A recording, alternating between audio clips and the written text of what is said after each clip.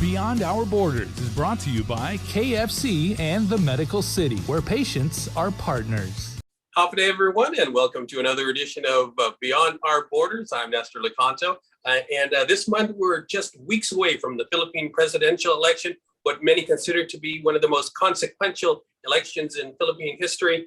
And here to help us break it down is University of the Philippines Professor Ranjit Rye, who is also a fellow of the Octa Research Group, which is an independent polling and research and consultancy here in the Philippines that is, I must say, widely sought for commentary here in Manila. Thanks for joining us, Professor Rye. Yeah, thank you. Thank you for having me. We're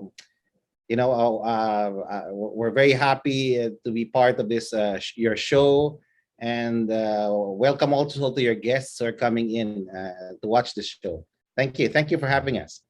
All right. So as I mentioned, this is probably a very consequential election. And give us a general summary of the polling to date. Who's in the lead and why? Well, we are also a independent polling organization. Octa Research conducts its own surveys, and our last surveys indicate that we have, number one, a consistent frontrunner in former Senator Bongbong Marcos for president, and for vice president, we have Mayor Sara Duterte. So their tandem is the uni team. They're called tandem is doing very well in the polls so far. What seems to have developed over the last 4 or 5 weeks is really that the momentum has been gained by the closest competitor. That is the team of VP Leni Robredo and, of course, Senator Kiko Pangilinan. They've gained a lot over the last few weeks of campaigning. And, of course, trailing behind our Mayor Isko Moreno. Okay, so to give you a sense, something like 50% of the vote is with former Senator Bongbong Marcos for president. The closest is, of course,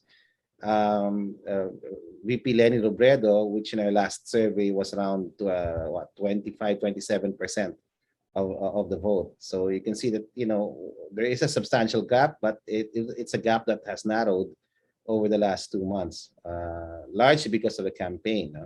And of course, we have Mayor Isko, who's averaging around 8 to 12% of the vote, and then Senator Manny Pacquiao around 5 to 8% of the vote, and then Senator Ping around 3 to 5% of the vote. So this is how it looks now. We have a clear front runner for president. For the vice president, Mayor Sara Duterte of Davao has pulled away. She's averaging around 45 to 50% of the vote, and the closest is Senate President Tito Soto. Based on our own surveys over the last 3 or 4 surveys, he's averaging around 25 to 30% of the vote. So there's it's clearly there is a momentum for those in second and third place, but I forgot to say, Senator Kiko Pangilinan also went up very significantly in the last survey, around 5 to 8 points. So he's in number 3. So this is how it looks. No, you have the uni team with former Senator Bongbong Marcos and Sara Duterte leading the pack substantially and consistently over the last 3 months. Yeah. Beyond Our Borders is brought to you by KFC and the Medical City, where patients are partners. When making the new Kentucky Fried Chicken sandwich, people asked how I felt about burger places selling fried chicken. I'd say that's none of my business, just like making fried chicken is none of theirs. Get the new Kentucky Fried Chicken sandwich. It's finger-licking good. Beyond Our Borders is brought to you by KFC and the Medical City, where patients are partners. Yeah, before I ask you about the specific campaigns, I wanted to get you to explain for those on Guam who may not be familiar with the presidential voting process. It's not like in the United States where there's a two-party system. There's you can win with a plurality of the votes. Could you explain that? Yeah, so our system is we're a presidential form of government, okay, and it's a unitary form of government, okay. Our electoral system is first past the post system in simple terms, which means that you don't need to get majority of the total number of votes. All you need to get is the highest number of votes. So, so that's how it is. Now, it isn't like the electoral college in the United States. Here, we vote our presidents directly, and the other positions that are voted nationally are also senators. We also have we have thousands of positions up for grabs in this coming elections. It's not just the president's the position of president, vice president. It's also 12 senators that are going to be voted into. We have congressional elections up for grabs, party list and district representatives, close over 300 seats up for grabs. We have governorship races for all the provinces in the Philippines, and so this is a very significant down to the councilor level at the city level. So this is a massive election, thousands of positions, all being decided on, okay, on May 9. So this is, and we have around close to 67 million registered voters. Probably about 63 million will vote on May 9. We've already started the absentee voting for many of our countrymen who are outside the country. And so, it's exciting, it's polarizing, it's heated. And yes, it's like all elections are consequential to the life of our country. But this, I think, more so now because of the drama behind it and the real stark contrast between candidates, no? And the movements that they represent. Yeah, and so getting back to Bongbong Marcos, he is the son, of course, of the late dictator Ferdinand Marcos, his namesake. But he seems to have this core constituency. Can you explain the strength of that and whether or not his rivals are able to penetrate that? Oh yes, that's true. He was a strong candidate from the very start. He had something like 20% of the vote when he came in, and when they decided to be a tandem with Sara Duterte, she also brought around 20% of the vote. So this is just two major political families, no? Two houses coming together. One whose bailiwicks are in the north. So if you can imagine the Philippines as divided into three large segments, Luzon, Visayas, and Mindanao. Sara Duterte has a very strong support in Visayas and Mindanao, while Bongbong Marcos has a very strong support in Central Luzon, Northern Luzon, and the National Capital Region. So coming together these two houses, as we talked about it in Octa Research in December, was very significant. And of course, the way they ran their campaign, and in many respects, Bongbong Marcos' campaign started 2 or 3 years ago, after he lost the vice presidential race. He had been building his social media campaign as early as that time, and social media became very big in a time of COVID. COVID changed a lot of things. Yeah, many voters relied on social media for the information. And social media became a very crucial part of the everyday campaigning. At the start, maybe even more than the face-to-face campaigns. So he had built that. He was strong from the very start. He had bailiwicks in place. And coming together with the daughter of the president, who brought in a lot of resources, significant realignments of political support from established political families. In the Philippines, we have a weak party system, unlike in the United States. Here, political families are the proxies, are the alternatives to the established political parties. And they've realigned months ago on personal relationships, on access to resources. I think the tandem itself was very balanced, and they helped each other very well.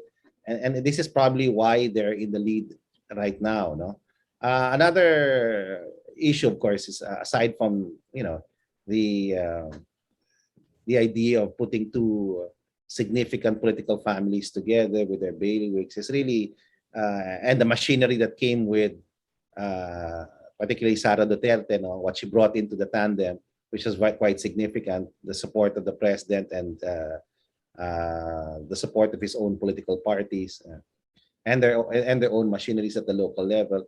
You have to also look at the message. They were able to appropriate the message of unity, which I think appealed to many Filipinos. You also have to look at the movement, no? So the man, the message, the movement, and the movement is made up of a hodgepodge of different groups, no? Some of them are loyal to him because of ethnicity, Ilocano, loyalist, okay, Marcos loyalists. Others are compelled because of his message of unity, no, and the fact that he looks like and talks like and is the complete opposite of the sitting president. I was listening to FGDs over the last month or so from different research groups being invited to observe, and people are voting for Bongbong for many reasons. No? Not only the message, they think he's competent. Of course, there's a big debate about that experience and his competencies. But many Filipinos think that he has the managerial competence to take over. Number two, that the mantle of leadership should be passed to the son of a former president that, in the eyes of some, a significant minority, still is, the epitome of great leadership. So there's during FGDs we see this sense of revivalism. A harking back to the past. In the case of Bongbong Marcos, a belief that he's the son of a great leader and he will be a great leader himself. There's also the belief, no, that as a prince, no, he is the rightful replacement to a president who was very proletariat, no, in his ways, no. So there's a lot of Filipinos who were interviewed in those FG said that they want somebody different, just somebody different, and they believe he's a male, strong, and he's well-mannered. He'll be a better replacement for the existing president. And so there are different levels now. When you talk about his movement, it's composed of ethnic groups, interest groups who are loyal to the Marcoses from the very start, who want a revivalist, a revival, a restoration. That's a term that they use that I understand is closest to what the people in the FGD was talking about. A restoration of great leadership, and of course a belief, no, that he's competent. On the other side, of course, there are those who disdain voting for him because of precisely the history, the record, the human rights and atrocities and record, no, during martial law, which they feel is a continuing injustice, and that voting for him and putting him into powers would really be a slap at everyone and a disregard of the history so important about martial law. And of course, there are issues about his competence, his actual track record. There's also issues around, his character, whether it's in not filing taxes, not taking the leadership role in paying the estate tax that the Marcos family owes. But so these are different sides, different groups, during these focus group discussions, articulating why they're not voting for Bongbong Marcos. So this and majority of those are really voting for him largely because of the man, the movement that he represents, and the message, unity that he seems to articulate far better than the other candidates. At least this is what we're seeing in our focus group discussions. Beyond Our Borders is brought to you by KFC and the Medical City, where patients are partners. When making the new Kentucky Fried Chicken sandwich, people asked how I felt about burger places selling fried chicken. I'd say that's none of my business, just like making fried chicken is none of theirs. Get the new Kentucky Fried Chicken sandwich. It's finger-licking good.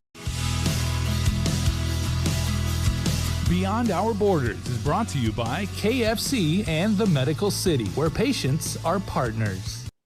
And is his lead insurmountable? Because the closest challenger, Vice President Robredo, she went up against him, as you mentioned, during the previous elections, and she actually defeated him.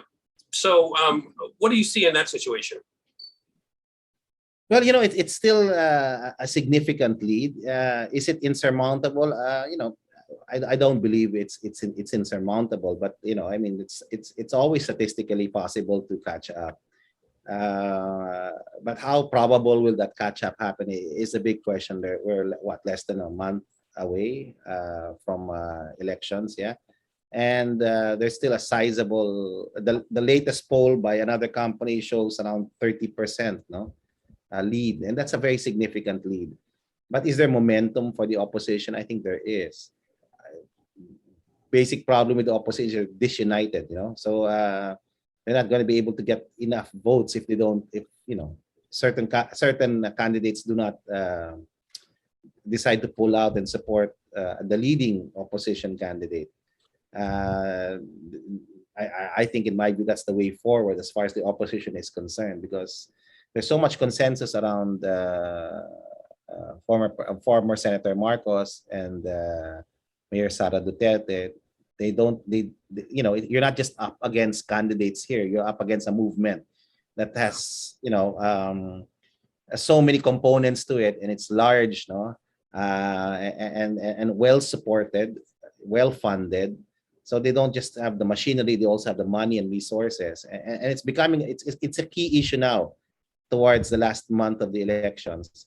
Many of the campaigns have basically stopped campaigning in a big way because they lack the resources, and this is what is the threat to that momentum that Leni Robredo has already gained, over the last 3-4 weeks.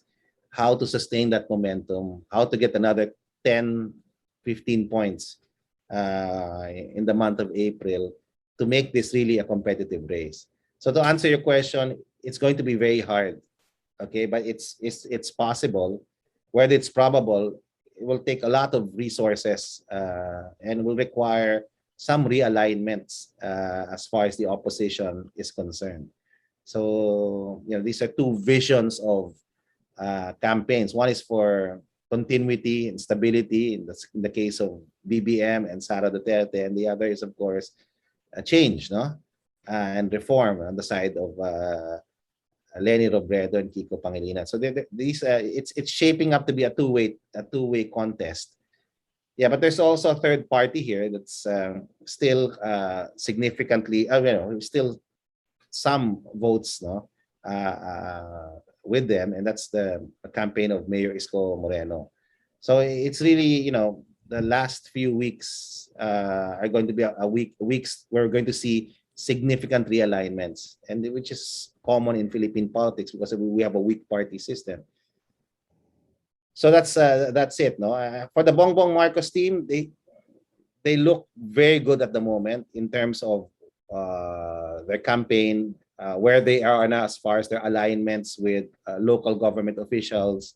They have lots of resources on both sides, but and so much caution because Sara Duterte brings with her a significant machinery of her dad. Although the president has not endorsed anyone, it seems very clear to all that the BBM Sara ticket looks like the administration ticket is likely is the administration ticket, and the administration party has also endorsed the tandem.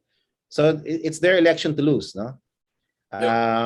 So that's why I think they're very careful now. They're looking at messaging, and I think the strategy has moved, beyond just winning. But I think they want to win big, and why? Because it's important for stability and continuity to have a strong mandate Yeah. And historically, this is very strong. Getting around 50% of the vote. It's an incredible number to have, no? Whether it will come out that way in the actual election day is a different story, but there's so much consensus around them. So they need to sustain and defend that lead. But from the looks of it, it seems like there is momentum on the side of the opposition, led by Leni Robredo. They've cut the lead from 40 points to something like what? About around 30. If we look at the data from Pulse and Okta, it's something between 25 to 30 points. So that's a significant decline as far as we're concerned. And we saw that in Feb. We don't know if that momentum will be sustained in April. We have another survey coming out. It will come out on Easter, and hopefully we'll let everyone know what the situation is. But it's clear we have a front runner right now, and it's not just a simple candidate that they're up against. It's a whole movement, and that movement it has the machinery, the money, and the message to sustain that lead against challengers now. Of course, that being said, elections are not yet over. There's still time, no, to campaign and to catch up. Let's see how the opposition will recalibrate so that they can sustain the momentum they already achieved last February. Yeah. Will voter turnout be a big factor in this as well? And what are the issues that are driving the Filipinos? What is it? Anti-corruption? Is it economic revival? How do you see that playing out? Well, based on the data that we have, Filipinos, the top personal concerns of Filipinos have to do with wellness, health, ensuring that they don't get COVID, that they're healthy, that they have a job, no, and a sustainable income, no, and third, that to get the kids in school. So these are the top three urgent personal concerns of Filipinos. Around majority of Filipinos rank those as their top three. Okay, so that's based on our last survey conducted last March. Okay, and the top urgent national concerns, meaning what they want government, top three, what they want government to provide, no, a solution to urgently, is really number one, managing the COVID-19 pandemic here, the situation in the country, which, by the way, is relatively managed now and at low, very low infection rates for the whole country. It's a low risk situation right now. Number two, they're looking for jobs, and number three, managing the price of goods and services, so inflation. So the three things. So these are the ones driving. These are the three concerns that are going to drive voters to vote. Okay. A fourth thing that has come out is really looking for a leader with the management capacities, no, to lead, no. So they want a person who can solve the problems and provide solutions. So this is the number one attribute that they're looking at for their candidate. And so this is what they're seeing possibly in the front runner. There's also what they're seeing in VP Leni Robredo, who is close second. Okay, the issue of corruption is an important issue, but it's not the top three. It's not among the top three issues that Filipinos are looking at for this coming elections. They're looking at a leader who will provide, or a team that will provide a solution to their immediate gut problems, no, gut issues, no, food, health, and of course jobs and inflation. So these are the issues that are on top of the list. Issues like China, corruption are on the list, but they're not in the top priority concerns and issues that Filipinos are looking at the moment. I got one final question. That being said, it's still important in my view, but this is what the data is saying.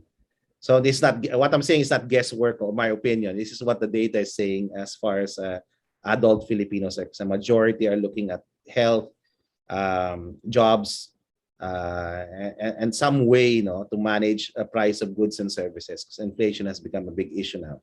So they all have to do with socioeconomic concerns. Yeah. Beyond Our Borders is brought to you by KFC and the Medical City, where patients are partners. When making the new Kentucky Fried Chicken sandwich, people asked how I felt about burger places selling fried chicken. I'd say that's none of my business. Just like making fried chicken is none of theirs. Get the new Kentucky Fried Chicken sandwich. It's finger-licking good. Beyond Our Borders is brought to you by KFC and the Medical City, where patients are partners. We only got a couple of minutes left, but I wanted to ask you, are there any similarities between Bongbong Marcos's campaign and his late father's? And what do you think another Marcos presidency will look like? Well, that's a hard question to answer at this moment, because it's still, the race seemed wide in January and February, but now it's closing up. It's becoming closer and closer. Yes, the probability of his win is high. So how I would compare, they're vastly different. Ferdinand Marcos was a debater. He engaged Macapagal during their campaign. It was a vicious campaign, by the way, the 1965 campaign. I know that for a fact because my father was a correspondent for an Indian newspaper and was in both campaigns, actively observing. And well, there are lots of similarities also. The use of money, machinery, patronage politics is still very much the reality. So there's consistency as far as that's concerned. But the candidates themselves, the manner, there's some attempt by Bongbong Marcos to look like and speak like his father, but really they're very different, individuals altogether.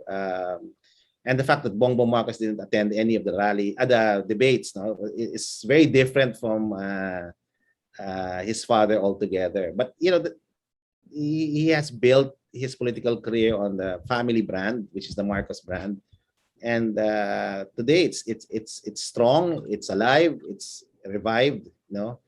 How a Marcos presidency will look like, it will depend really on the outcome of the elections. If he's going to win big, where he has more than 40% of the vote, and that will be a very good mandate to govern on. There'll be more stability and continuity. But if it's a close election, you expect some sort of dissonance, some sort of dissent. And even if VP Lenny, we don't know, she might win the next election.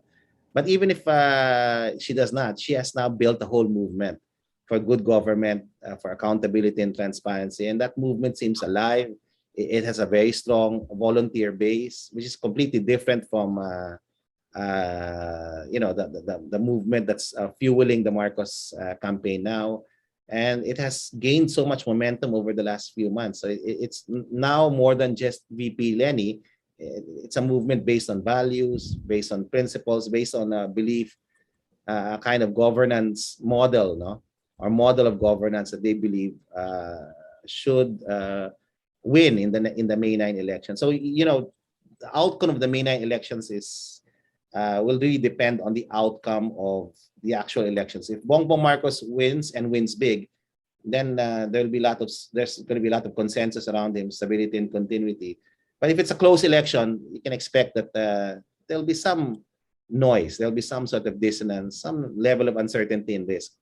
So we hope that the elections will continue to be peaceful, fair and honest. I believe Philippine democracy, imperfect as it is alive and well, and that in the end, it's people that make democracies work. And we hope that our countrymen, our kababayans will continue to defend democracy through their vote.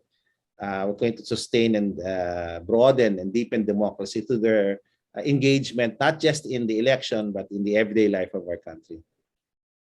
Well said. Professor Ranjit Rye, thank you so much for joining us. Appreciate your time. Thank you. Thank you. All right, I'm Nestor Licanto. Thanks for watching, everyone. We'll see you next month on Beyond Our Borders. Beyond Our Borders is brought to you by KFC and the Medical City, where patients are partners.